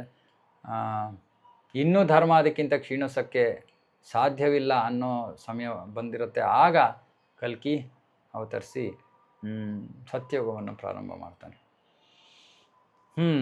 ಇದನ್ನು ಕೇಳಿದ್ರೆ ಸ್ವಲ್ಪ ಭಯವಾಗಬೇಕು ನಮಗೆ. ನಾವಿನ್ನೂ ಕಲಿಯುಗದ ಪ್ರಾರಂಭದಲ್ಲಿದ್ದೀವಿ. 50-100 ವರ್ಷಗಳ ಹಿಂದೆ ಕಲಿಯುಗ ಹೇಗಿತ್ತೋ ಇವತ್ತು ಹೇಗಿದೆಯೋ ಇವತ್ತಿನ ಕಲಿಯುಗವನ್ನೇ ಜೀರ್ಣಿಸ್ಕೊಳ್ಳೋಕ್ಕೆ ನಮಗೆ ಆಗ್ತಾಯಿಲ್ಲ. ನೀವು ಯೋಚನೆ ಮಾಡಿ, ಕಲ್ಕಿ ಬರೋವಂತಹ ಸಮಯದಲ್ಲಿ ಕಲಿಯುಗದ ಪರಿಸ್ಥಿತಿ ಏನಾಗಿರಬೇಕು. ಸೊ ಹಾಗಾಗಿ ಈ ಜನ್ಮದಲ್ಲಿ ನಾವು ಪರಿಪೂರ್ಣತೆಯನ್ನು ಪಡ್ಕೊಳ್ಳದೆ ಇನ್ನೊಂದು ಜನ್ಮವನ್ನು ಪಡ್ಕೊಳ್ಳೋ ಒಂದು ಮನಸ್ಥಿತಿ ಇದ್ದರೆ ನಮ್ಮದು, ಯೋಚನೆ ಮಾಡಿ ಎಂತಹ ಕಲಿಯುಗದ ಸಮಯದಲ್ಲಿ ನಾವು ಬರ್ತೀವಿ. ಅದು ಈಗ ಇನ್ನೂ ಪರವಾಗಿಲ್ಲ ಅಂತ ಹೇಳ್ಬೋದು. ಯಾಕಂದರೆ ಇನ್ನೂ ಸುವರ್ಣ ಯುಗ ಇದೆ, ಇನ್ನೂ ಒಂದು 9500 ವರ್ಷಗಳ ತನಕ. ಆಮೇಲೆ ಪರಿಸ್ಥಿತಿ ಹದಗೆಟ್ಟು ಹೋಗುತ್ತೆ. ಕಲಿಯುಗದಲ್ಲಿ ಇವಾಗ ಸುವರ್ಣ ಯುಗದ ಸಮಯ ಇದ್ದರೂ ಕೂಡ ಪರಿಸ್ಥಿತಿ ಇಷ್ಟು ಕ್ಷೀಣಿಸ್ತಾ ಇದೆ. ಇನ್ನು ಮುಂದೆ ಏನಾಗುತ್ತೆ? ಇವತ್ತೇನೂ ಇಲ್ಲ. ನಾವು ನೋಡಿರೋದು ನಿಜವಾಗ್ಲೂ ಕಲಿಯುಗದ ವರ್ಣನೆಯನ್ನು ಕೇಳಿದ್ರೆ 12ನೇ ಸ್ಕಂದದಿಂದ ಇವತ್ತು ನಾವು ನೋಡ್ತಾ ಇರೋದು ಏನೂ ಇಲ್ಲ. ಇದು ನಿಜವಾಗ್ಲೂ ಕಲಿಯುಗವೇ ಅಲ್ಲ. ಸ್ವಲ್ಪ ಮಟ್ಟಿಗೆ ಕ್ಷೀಣಿಸಿರೋ ದ್ವಾಪರ ಯುಗ ಅಷ್ಟೇ. ನಿಜವಾದ ಕಲಿಯುಗ ಪ್ರಾರಂಭವಾಗಿಲ್ಲ ಇನ್ನೂ ಮಂದ ಸುಮಂದ ಮತಯೋ ಮಂದ ಭಾಗ್ಯ ಉಪದ್ರುತ ಅಂತ ಭಾಗವತದಲ್ಲಿ ವರ್ಣನೆ ಇದೆ. ಇನ್ನೂ ಅಷ್ಟೊಂದು ಮಂದ ಭಾಗ್ಯಗಳಾಗಿಲ್ಲ, ಮಂದ ಭಾಗಿಗಳಾಗಿಲ್ಲ ನಾವು. ಇನ್ನೂ ಭಗವಂತನ ಭಕ್ತಿ ಇದೆ, ಭಕ್ತಿ ಮಾಡೋಕ್ಕೆ ಅವಕಾಶ ಇದೆ. ಪ್ರಭುಪಾದರು ಬಂದಿದ್ದರು, ಗ್ರಂಥಗಳನ್ನು ಕೊಟ್ಟಿದ್ದಾರೆ. ಇನ್ನೂ ಭಾಗ್ಯಶಾಲಿಗಳು ನಾವು. ಅಂದರೆ ಹೋಗ್ತಾ ಹೋಗ್ತಾ ಹೋಗ್ತಾ 10,000 ವರ್ಷದ ತನಕ ಈ ಗ್ರಂಥಗಳು ಎಲ್ಲ ಇರುತ್ತೆ. ಆಮೇಲೆಲ್ಲ ಕಣ್ಮರೆ ಆಗೋಗುತ್ತೆ. ಸೊ ವಾಪಸ್ ಬರದೇ ಇರೋ ಒಂದು ಪ್ಲ್ಯಾನ್ ಇದ್ರೇ ಒಳ್ಳೆಯದು.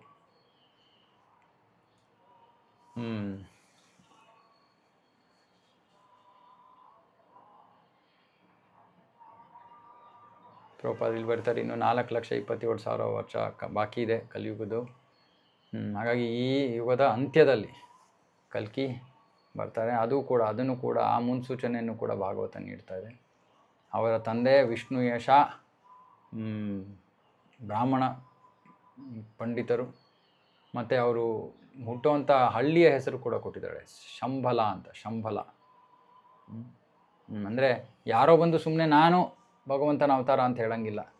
ಅವರ ಅವತಾರ ಅಂತ ಶಾಸ್ತ್ರದಲ್ಲಿ ಕೊಟ್ಟಿದ್ದರೆ ಅದರ ಪ್ರಕಾರ ನಾವು ಅವರನ್ನು ಸ್ವೀಕಾರ ಮಾಡ್ಬೋದು. ಅಂದರೆ ಭವಿಷ್ಯದಲ್ಲಿ ಕಲ್ಕಿ ಬಂದಾಗ ಅವರು ವಿಷ್ಣು ಯಶ ಅನ್ನೋ ತಂದೆಗೆ ಜನ್ಮವನ್ನು ತೊಗೊಂಡಿರ್ತಾರೆ. ಶಂಬಲ ಅನ್ನೋ ಹಳ್ಳಿಯಲ್ಲಿ ಹುಟ್ಟಿರ್ತಾರೆ. ಇನ್ಯಾವುದೋ ಜಾಗದಲ್ಲಿ ಇರೋ ಕಲ್ಕಿ ಅಲ್ಲ. ಇವಾಗ ಯಾರೋ ಕಲ್ಕಿ ಭಗವಾನ್ ಅಂತ ಹೇಳ್ತಾರೆ. ಇವಾಗ ಯಾವ ಕಲ್ಕಿನೂ ಇಲ್ಲ. ಇವಾಗ ಇರೋ ಕಲ್ಕಿ ಭವಿಷ್ಯದಲ್ಲಿ ಪ್ರಕಟ ಆಗೋದು. ಇವಾಗ ಎಲ್ಲೋ ಇದ್ದಾರೆ ಅವರು, ಯಾರಿಗೂ ಕಾಣದೇ ಇರೋ ಜಾಗದಲ್ಲಿದ್ದಾರೆ. ಯಾವಾಗ ಕಾಣಬೇಕೋ ಆವಾಗ ಪ್ರಕಟ ಆಗ್ತಾರೆ. ಭಾಗವತದಲ್ಲಿ ಹೇಳ್ತಾರೆ. ಹಾಗಾಗಿ ಸುಮ್ಮನೆ ನಾವು ತುಂಬ ಮುಗ್ಧರಾಗೋಗಬಾರ್ದು. ಯಾರು ಏನು ಹೇಳ್ತಾರೋ ಸ್ವೀಕಾರ ಮಾಡ್ತೀವಿ. ಅದಕ್ಕೆ ಒಂದು ತಾರತಮ್ಯವನ್ನು ನಾವು ಮಾಡಬೇಕು. ಭಗವಂತ ನಮಗೆ ಬುದ್ಧಿಯನ್ನು ಕೊಟ್ಟಿದ್ದಾನೆ, ವಿಶೇಷ ಕೃಪೆಯನ್ನು ಕೊಟ್ಟಿದ್ದಾನೆ. ಪ್ರಭುಪಾದರ ಪುಸ್ತಕಗಳ ಸಂಪರ್ಕಕ್ಕೆ ತಂದಿದ್ದಾನೆ ನಮ್ಮನ್ನ. ಇದನ್ನು ಓದ್ಕೊಂಡು ನಾವು ಯಾವುದು ಸರಿ ಯಾವುದು ತಪ್ಪು ಅನ್ನೋ ತಾರತಮ್ಯ ಮಾಡಿ ಸರಿಯಾದ ಮಾರ್ಗವನ್ನು ಸ್ವೀಕಾರ ಮಾಡಬೇಕು. ನೋಡಿ ಇವತ್ತು ಹೆಂಗಾಗಿದೆ ನಮ್ಮ ಪರಿಸ್ಥಿತಿ. ದೇವರನ್ನು ಪೂಜಿಸೋ ಬಿಟ್ಟು ಯಾರೋ ಒಬ್ಬ ಮನುಷ್ಯನನ್ನು ದೇವರಂತ ಪೂಜನೆ ಮಾಡ್ತಾರೆ. ಪ್ರತಿಯೊಂದು ಮನೆಯಲ್ಲೂ ಇದೆ, ಹೆಚ್ಚು ಕಡಿಮೆ ಇದು. ಪ್ರತಿಯೊಂದು ಮನೆಯಲ್ಲೂ ಅವರನ್ನು ದೇವರು ಅಂತ ಕರೀತಾರೆ, ಭಗವಾನ್ ಅಂತ ಕರೀತಾರೆ. ಎಲ್ಲಿದೆ ಉಲ್ಲೇಖ ಅವ್ರು ಭಗವಾನ್ ಅಂತ? ಎಲ್ಲೂ ಉಲ್ಲೇಖ ಇಲ್ಲ. ಅವರ ಹೆಸರನ್ನು ತಗೊಳ್ಳಲ್ಲ, ಯಾಕಂದರೆ ಬಹಳ ಜನ ಬೇಸರ ಪಡ್ತಾರೆ. ಆದರೆ ಬೇಸರ ಪಡೋದ್ರಲ್ಲಿ ಅರ್ಥ ಇಲ್ಲ. ಯಾಕಂದರೆ ಯಾರೋ ಮೋಸ ಮಾಡ್ತಾ ಇದ್ದಾರೆ, ಮೋಸ ಹೋಗ್ತಾ ಇರೋವ್ರನ್ನ ನೋಡಿ ನಾವು ಸುಮ್ಮನೆ ಇರೋಕ್ಕಾಗಲ್ಲ.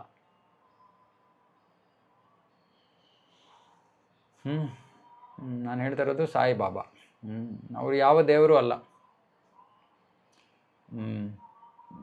ಮೂಲ ಸಾಯಿಬಾಬಾ ಕೂಡ ಫಕೀರ್. ಅವರು ಫಕೀರ್, ಮುಸಲ್ಮಾನ ಫಕೀರ್ ಅವರು. ಈ ಅಷ್ಟಾಂಗ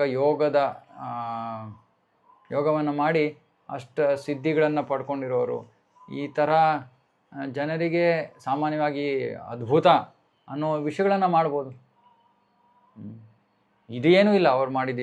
ಯಾರ್ದೋ ಹುಷಾರು ತಪ್ಪಿರೋರನ್ನ ಅವ್ರ ಆರೋಗ್ಯ ಸರಿ ಮಾಡೋದು, ಅಥವಾ ಏನೋ ಕೈಯಿಂದ ವಿಭೂತಿ ಕೊಡೋದು, ಇನ್ನೊಂದು ಕೊಡೋದು, ಇದೆಲ್ಲ ಚಿಕ್ಕ ಮ್ಯಾಜಿಕ್. ಇದು ಅಷ್ಟಸಿದ್ಧಿಯನ್ನು ಪಡ್ಕೊಂಡಿರೋರಿಗಿದು ಬಹಳ ಚಿಕ್ಕ ಮಕ್ಕಳ ಆಟ.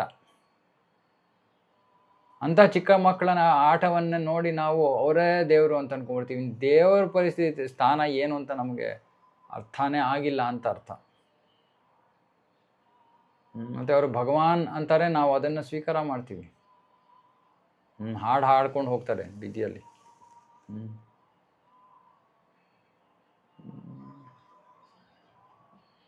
ಬುದ್ಧಿಯನ್ನು ಉಪಯೋಗಿಸ್ಬೇಕು ಸ್ವಲ್ಪ. ಯಾವ ಶಾಸ್ತ್ರದಲ್ಲಿ ಉಲ್ಲೇಖ ಆಗಿದೆ ಇವರು ಅವತಾರ ಅಂತ? ಭಾಗವತದಲ್ಲಂತೂ ಇಲ್ಲ. ಬೇರೆ ಯಾವ ಶಾಸ್ತ್ರದಲ್ಲಿದೆ? ಅವರೇ ಯಾವುದೋ ಶಾಸ್ತ್ರವನ್ನು ಹೇಳ್ತಾರೆ ಅದಕ್ಕೆ ಪುರಾವೆಗೆ, ಪ್ರೂಫ್ ಕೊಡೋಕ್ಕೆ. ಆದರೆ ಅಧಿಕೃತ ಶಾಸ್ತ್ರವಾಗಿರಬೇಕು, ಗುರು ಶಿಷ್ಯ ಪರಂಪರೆಯಲ್ಲಿ ಬಂದಿರುವಂಥ ಶಾಸ್ತ್ರ ಇರಬೇಕು. ಆದರೆ ಅದು ಇರೋಕ್ಕೆ ಸಾಧ್ಯ ಇಲ್ಲ, ಯಾಕಂದರೆ ಅದು ಯಾವ ಅವತಾರದ ಪಟ್ಟಿಯಲ್ಲೂ ಅವರ ಹೆಸರಿಲ್ಲ. ಹಾಗಾಗಿ ಅದು ಮೋಸ. ಪ್ರಾಪರ್ ಅದಕ್ಕೆ ಬರೀತಾರೆ, ಮೋಸ ಮಾಡೋದಕ್ಕೆ ಜನ ಮೋಸ ಆಗೋದಕ್ಕೆ ಜನ ಸಿದ್ಧರಾಗಿದ್ದಾರೆ, ಹಾಗಾಗಿ ಮೋಸ ಮಾಡೋರು ಬರ್ತಾರೆ. ಎಲ್ಲ ಕಡೆ ಮೋಸ, ಎಲ್ಲ ಕಡೆ ಮೋಸ. ಸನ್ಯಾಸಿಗಳು ಬರೀ ಮುಗ್ಧ ಜನರ ದಾರಿ ತಪ್ಪಿಸ್ತಾರೆ, ಹೊರದಿರೋ ಹಣ ಇತ್ಯಾದಿ ಎಲ್ಲವನ್ನು ತೊಗೊಳ್ತಾರೆ ಅಷ್ಟೇ. ಜನರು ನೋಡಿ, ಏನೋ ಒಂಚೂರು ಜೀವನದಲ್ಲಿ ಸಮಸ್ಯೆ ಇತ್ತು, ಸಮಸ್ಯೆ ಹೊಟ್ಟೋಗ್ಬಿಡ್ತು, ನಾನು ಇವ್ರ ಹತ್ರ ಹೋದೆ, ನನ್ನ ಸಮಸ್ಯೆ ಹೊಟ್ಟೋಯ್ತು, ಸೊ ಇವ್ರ ದೇವರು. ಅದೇ ನಾವು ಕರೆದ್ರೆ ಬನ್ನಿ ಇಸ್ಕಾನ್ಗೆ, ಬನ್ನಿ ಅಂದಮೇಲೆ ನಾವು ತತ್ವವನ್ನು ಹೇಳ್ತೀವಿ, ಇದು ಸರಿ ಇದು ತಪ್ಪು, ಜನರಿಗೆ ಕೇಳೋಕ್ಕೆ ಇಷ್ಟ ಇಲ್ಲ. ಅದಕ್ಕೆ ಪ್ರಭುಪಾದರು ಹೇಳಿದ್ರು, ಇದು ಅದ್ಭುತವಾದ ಅತ್ಯಮೂಲ್ಯವಾದ ವೈಢೂರ್ಯ ನಾವು ಕೊಡ್ತಾ ಇರೋದು. ಅದನ್ನು ನಾವು ಬೀದಿಯಲ್ಲಿ ಹಾಕೊಂಡು ಕೊಟ್ಟರೆ ಯಾರಾದರೂ ಸ್ವಲ್ಪ ಸಂದೇಹ ಪಡ್ತಾರೆ, ಇದೇನಿದು ಇವರು ವೈಢೂರ್ಯವನ್ನು ಬೀದಿಯ ಪಕ್ಕದಲ್ಲಿ ಅಂಗಡಿ ಇಟ್ಕೊಂಡು ಮಾರ್ತಾ ಇದ್ದಾರಲ್ಲ, ಏನೋ ಮೋಸ ಇರಬೇಕು ಇದರಲ್ಲಿ. ಹಾಗಾಗಿ ಬಹಳ ಕಡಿಮೆ ಜನ ಸ್ವೀಕಾರ ಮಾಡ್ತಾರೆ ಪ್ರಭುಪಾದರು ಕೊಟ್ಟಿರುವಂಥ ತತ್ವವನ್ನು. ಬಹಳ ಕಡಿಮೆ ಜನ ಮೋಸ ಹೋಗಬೇಕಂದ್ರೆ ಬೇಕಾದ ಜನ ಮೋಸ ಹೋಗ್ತಾರೆ. ನೋಡಿ, ಇವಾಗ ನಾವು ಇಷ್ಟು ಪ್ರಯತ್ನ ಮಾಡಬೇಕು ನಾವು ಪ್ರಚಾರ ಮಾಡೋದಕ್ಕೆ, ಅದೇ ಬೇರೆ ಕಡೆ ಎಲ್ಲ ಲಕ್ಷಾಂತರ ಜನ ಹೋಗ್ತಾರೆ. ಇವಾಗ ಇನ್ನೊಂದು ವಿಶೇಷವಾದದ್ದು ನಡೀತಾ ಇರೋದು ಇವಾಗ, ಅಲ್ಲಿ ಸದ್ಗುರು ಅವ್ರು ಏನು ಹೇಳ್ತಾರೆ ಅಂತ ಅವ್ರಿಗೆ ಗೊತ್ತೋ ಇಲ್ವೋ ಗೊತ್ತಿಲ್ಲ. ಯಾವ ತತ್ವದ ಆಧಾರದ ಮೇಲೂ ಇರಲ್ಲ ಅವ್ರ ಮಾತು, ಅರೆ ಜನ ನಂಬ್ತಾರೆ. ಯಾವ ಥರ ಯಾರಾದರೂ ಹೋಗಿ ಕೇಳಿದಾರ? ಯಾವ ಶಾಸ್ತ್ರದಲ್ಲಿ ಇದೆ ನೀವು ಹೇಳ್ತಾ ಇರೋದು? ಇನ್ನೇನು ಮಾಡೋದಕ್ಕಾಗತ್ತೆ? ನಾವು ಹೆಸರುಗಳನ್ನು ತೊಗೊಂಡ್ರೆ, ಇವ್ರ ಹೆಸರುಗಳನ್ನು ತೊಗೊಂಡ್ರೆ ಎಲ್ಲ ಜನ ಬೇಜಾರು ಮಾಡ್ಕೋತಾರೆ, ಅಯ್ಯೋ ಏನು ಇವ್ರು ಹಿಂಗೆ ಹೇಳ್ಬಿಟ್ರು. ಬಟ್ ಇರೋ ಸತ್ಯವನ್ನು ಹೇಳೋದ್ರಲ್ಲಿ ತಪ್ಪೇನಿದೆ? ಸತ್ಯ ಹೇಳಿದ್ರೆ ಎದ್ದು ಬಂದು ಎದೆಗೆ ಹೋದ್ರಂತೆ ಅಂತ ಗಾದೆ ಇದೆ. ಜನರು ಮೋಸ ಹೋಗೋಕ್ಕೆ ರೆಡಿಯಾಗಿದ್ದಾರೆ. ಏನು ಪ್ರಯೋಜನ ಏನಪ್ಪ? ಇನ್ನೂ ಒಂದು ಜನ್ಮ ಅಲ್ಲ, ಇನ್ನೂ ಹಲವಾರು ಜನ್ಮಗಳು ವ್ಯರ್ಥ ಆಗುತ್ತೆ ಇದರಿಂದ. ನಮಗದು ನೋಡೋಕ್ಕಾಗಲ್ಲ, ಸಹಿಸ್ಕೊಳಕ್ಕಾಗಲ್ಲ. ಈ ಥರ ಜನರಿಗೆ ಮೋಸ ಮಾಡ್ತಾ ಇರೋದನ್ನ ನಾವು ಸಹಿಸ್ಕೊಳಕ್ಕಾಗಲ್ಲ. ಯಾವನೋ ಮೋಸಗಾರ ಮೋಸ ಮಾಡೋದನ್ನ ಓಕೆ ಸ್ವೀಕಾರ ಮಾಡ್ಬೋದು, ದೇವರ ಹೆಸರಲ್ಲಿ ಮೋಸ ಮಾಡೋದು ಸ್ವೀಕಾರ ಅಲ್ಲ. ಹಾಗಾಗಿ ಭಾಗವತ ಇವೆಲ್ಲವನ್ನು ಓದೋ ಉದ್ದೇಶ ನಾವು ಈ ಉಪದೇಶಗಳನ್ನು ನಮ್ಮ ಜೀವನದಲ್ಲಿ ಪ್ರಾಕ್ಟಿಕಲ್ ಆಗಿ ನಾವು ಅಳವಡಿಸ್ಕೋಬೇಕು. ಈ ಪ್ರವಚನಗಳಲ್ಲಿ ನೀವು ಭಾಗವಹಿಸಿ ಸುಮ್ಮನೆ ಈ ಕಡೆಯಿಂದ ಕೇಳಿ ಈ ಕಡೆಯಿಂದ ಬಿಡೋಂಗಿದ್ರೆ ಏನೂ ಪ್ರಯೋಜನ ಇಲ್ಲ. ಹೇಳ್ಬಿಡ್ತಾ ಇದ್ದೀನಿ ನಾನು ಮುಂಚೆನೇ ಹೇಳಿದೆ, ನನಗೇನು ಬೇಸರ ಇಲ್ಲ. ಯಾರು ಇಲ್ಲಿ ಶ್ರವಣ ಮಾಡೋಕ್ಕೆ ಯಾರು ಬರ್ತಾ ಇದ್ದಾರೋ ಅವ್ರು ಕಡಿಮೆ ಆಗ್ತಾರೆ, ಅದು ಗೊತ್ತು. ಯಾಕಂದರೆ ನಾನು ಕೇಳಬೇಕಾಗಿರೋಂಥ ವಿಷಯ ಹೇಳಲ್ಲ, ಹೇಳಬೇಕಾಗಿರೋಂಥ ವಿಷಯ ಹೇಳ್ತೀನಿ ನಾನು. ಯಾರಿಗೋ ಈ ಥರನೇ ಇದ್ರೇ ನಾನು ಕೇಳ್ತೀನಿ, ಚೆನ್ನಾಗಿರುತ್ತೆ. ಭಾಗವತ ಅಂದರೆ ತುಂಬ ರಸ ಇರುತ್ತೆ, ಕಥೆ ಇರುತ್ತೆ. ಹೌದು, ಕಥೆ ಇದೆ, ಆದರೆ ಕಥೆಯಲ್ಲಿ ಸಾಕಷ್ಟು ತತ್ವ ಅಡಗಿದೆ. ಅದನ್ನು ಪ್ರಭುಪಾದರು ಭಾವಾರ್ಥಗಳಲ್ಲಿ ಬಹಿರಂಗ ಮಾಡ್ತಾರೆ. ಆ ಭಾವಾರ್ಥಗಳನ್ನು ನಾವು ಚರ್ಚೆ ಮಾಡೋದಿಲ್ಲಿ. ಹಾಗಾಗಿ ಕಥೆ ಇದೆ, ಆದರೆ ಅದರ ಹಿನ್ನೆಲೆಯಲ್ಲಿರುವಂತಹ ಒಂದು ಪಾಠ ನಮಗೆ ಬಹಳ ಮುಖ್ಯವಾದದ್ದು. ಸೊ ಇದನ್ನು ಕೇಳಿ ನಾವು ಈ ವಿಷಯಗಳನ್ನು ನಮ್ಮ ಜೀವನದಲ್ಲಿ ಅಳವಡಿಸ್ಕೋಬೇಕು. ನಾನು ಮುಂಚೆನೂ ಹೇಳಿದೆ, ಇವತ್ತು ಕೂಡ ಇಸ್ಕಾನಿನ ಹೆಸರಲ್ಲಿ ಇನ್ನೊಂದು ಸಂಸ್ಥೆ ಜನರಿಗೆ ಮೋಸ ಮಾಡ್ತಾ ಇದೆ. ಪ್ರಭುಪಾದರು ಬಿಟ್ಟರೆ ಬೇರೆ ಯಾರು ಗುರುಗಳೇ ಇಲ್ಲ, ಯೋಗ್ಯರೇ ಇಲ್ಲ ಯಾರು ಅಂತ. ಎಷ್ಟು ಜನ ಅದಕ್ಕೆ ಬೀಳ್ತಾ ಇದ್ದಾರೆ. ನಾನು ಮೊದಲನೇ ಸತಿ ಅದನ್ನು ಕೇಳಿದಾಗ ನಾನು ಹೇಳಿದೆ, ಹೇಗೆ ಸಾಧ್ಯ? ಯಾವ ಪರಂಪರೆಯೂ ಹಾಗೆ ನಿಂತು ಹೋಗ್ಬಿಡಲ್ಲ. ರಾಮಾನುಜಾಚಾರ್ಯರ ಸಂಪ್ರದಾಯ ಆಗಲಿ, ಮಧ್ವಾಚಾರ್ಯರ ಸಂಪ್ರದಾಯ ಆಗಲಿ, ಹೌದು ರಾಮಾನುಜಾಚಾರ್ಯರು ಬಹಳ ಶ್ರೇಷ್ಠ ಆಚಾರ್ಯರು, ಮಧ್ವಾಚಾರ್ಯರು ಬಹಳ ಶ್ರೇಷ್ಠ ಆಚಾರ್ಯರು. ಅವರಾದಮೇಲೆ ರಾಮಾನುಜಾಚಾರ್ಯರಿಗೆ ಮಧ್ವಾಚಾರ್ಯರಿಗೆ ಸರಿಸಮಾನರಾದ ಯಾವ ಆಚಾರ್ಯರು ಬರಲಿಲ್ಲ. ಅದು ತಿಳಿದಿರುವಂಥ ವಿಷಯ. ಹಾಗನ್ಬಿಟ್ಟು ಪರಂಪರೆನೇ ನಿಂತೋಯ್ತಾ? ಇನ್ನೊಬ್ಬರು ಪ್ರಭುಪಾದರು ಇಲ್ಲ, ಬರೋದಿಲ್ಲ. ಹಾಗನ್ಬಿಟ್ಟು ಪ್ರಭುಪಾದರ ಪರಂಪರೆ ನಿಂತೇ ಹೋಯ್ತಾ?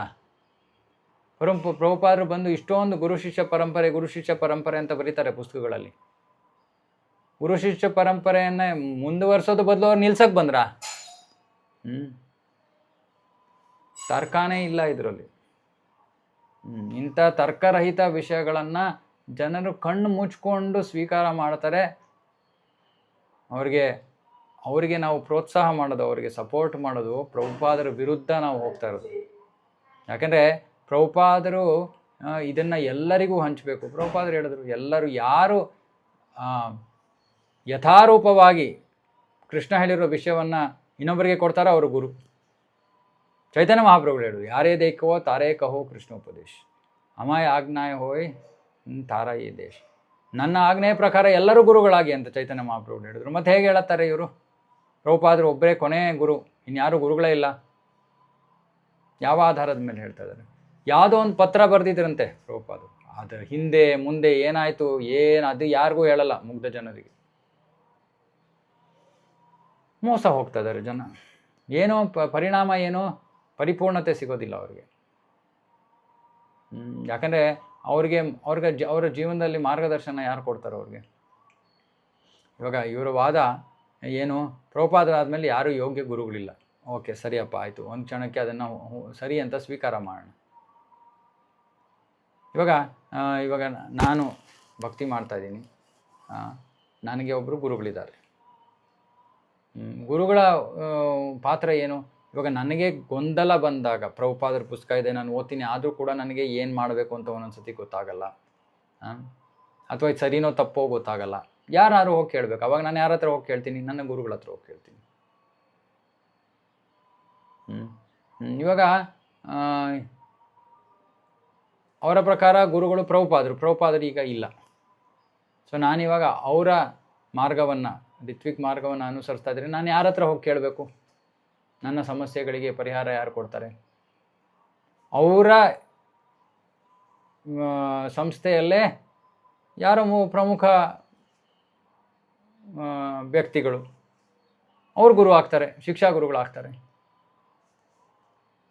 ಬೇರೆಯವ್ರು ಯಾರಿಗೂ ಯೋಗ್ಯತೆ ಇಲ್ಲ, ಮತ್ತು ಅವ್ರಿಗೆ ಎಲ್ಲಿಂದ ಯೋಗ್ಯತೆ ಬಂತು? ಸೊ ಇದು ಎಷ್ಟು ಸ್ಪಷ್ಟವಾಗಿ ಮೋಸ ಮಾಡ್ತಾ ಇರೋದು. ಇದನ್ನು ಯಾಕೆ ಜನರಿಗೆ, ಬುದ್ಧಿವಂತರು, ದೊಡ್ಡ ದೊಡ್ಡ ಬುದ್ಧಿವಂತರು ಯೋಚನೆ ಮಾಡದೆ ಆ ಮಾರ್ಗದಲ್ಲಿ ಹೋಗ್ತಾರೆ. ನಮಗೆ ಬಹಳ ಬೇಸರ ಆಗುತ್ತೆ. ಸ್ವಲ್ಪ ಆದರೂ ನಾವು ಯೋಚನೆ ಮಾಡಬೇಕಲ್ಲ ಈ ಥರ ಮೋಸ ಹೋಗೋದಕ್ಕೆ. ನಾವೊಬ್ಬರೇ ಮೋಸ ಆಗೋದಿಲ್ಲ, ಬೇರೆಯವ್ರಿಗೂ ಅದೇ ದಾರಿಯಲ್ಲಿ ಇತ್ತು. ಯಾಕಂದರೆ ಇನ್ನೊಬ್ರು ನೋಡ್ತಾರೆ, ಓ ಇವ್ರು ಅಲ್ಲಿಗೆ ಹೋಗ್ತಾರೆ, ನಾನು ಹೋಗ್ತೀನಿ. ಭಾಗವತ ಇಲ್ಲಾಂದರೆ ಓದೋ ಪ್ರಯೋಜನವೇ ಇಲ್ಲ. ಪ್ರಭುಪಾದರ ಮಾತುಗಳ ಮೇಲೆ ನಂಬಿಕೆ ಇಡೋದ್ರಲ್ಲಿ ಅರ್ಥನೇ ಇಲ್ಲ. ಪ್ರಭುಪಾದರು ತಮ್ಮ ಪುಸ್ತಕಗಳು ಎಲ್ಲೆಡೆ ಹೇಳ್ತಾ ಇದ್ದಾರೆ, ಅಧಿಕೃತ ಗುರು ಶಿಷ್ಯ ಪರಂಪರೆ. ಇದೆಲ್ಲವೆಲ್ಲ ಕೇಳಿಕೊಂಡು ಕೂಡ ನಾವು ಅವ್ರು ಏನೋ ಹೇಳೋ ಕಥೆಗೆ ನಾವು ಬಿದ್ದರೆ ಏನು ಮಾಡೋಕ್ಕಾಗತ್ತೆ?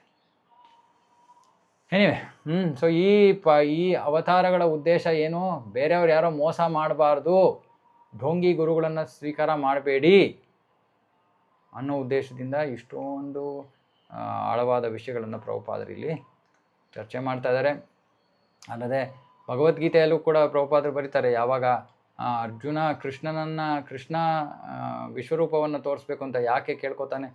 ಯಾಕಂದರೆ ಭವಿಷ್ಯದಲ್ಲಿ ಯಾರು ಬಂದು ಈ ರೀತಿ ನಾನು ದೇವರು ಅಂದಾಗ ಅವ್ರಿಗೆ ಕೇಳಬೇಕು, ಅಪ್ಪ ಸ್ವಾಮಿ ದಯವಿಟ್ಟು ನಿಮ್ಮ ವಿಶ್ವರೂಪವನ್ನು ತೋರಿಸಿಯಪ್ಪ, ಆಮೇಲೆ ಸ್ವೀಕಾರ ಮಾಡ್ತೀವಿ ಅಂತ. ಯಾರು ಕೇಳಿದ್ದೀವಾ? ಅಥವಾ ಅವ್ರು ತೋರಿಸಿದಾರಾ? ಇಲ್ಲ. ಹಾಗಾಗಿ ಭಗವಂತ ನಮಗೆ ಕೊಡ್ತಾ ಇರೋ ಮಾರ್ಗದರ್ಶನ, ಬುದ್ಧಿವಂತಿಕೆಯನ್ನು ಕೂಡ ನಾವು ಉಪಯೋಗಿಸ್ತಾ ಇದ್ದರೆ ನಾವೇ ದುರ್ಭಾಗ್ಯರು ಅಷ್ಟೆ. ಓಕೆ, ಈ ಜೊತೆ ಇಲ್ಲಿ ನಿಲ್ಲಿಸ್ತೀನಿ. ಯಾರಿಗಾರು ಏನಾದ್ರು ಪ್ರಶ್ನೆ ಇದ್ದರೆ ಕೇಳ್ಬೋದು. ಹರೇ ಕೃಷ್ಣ.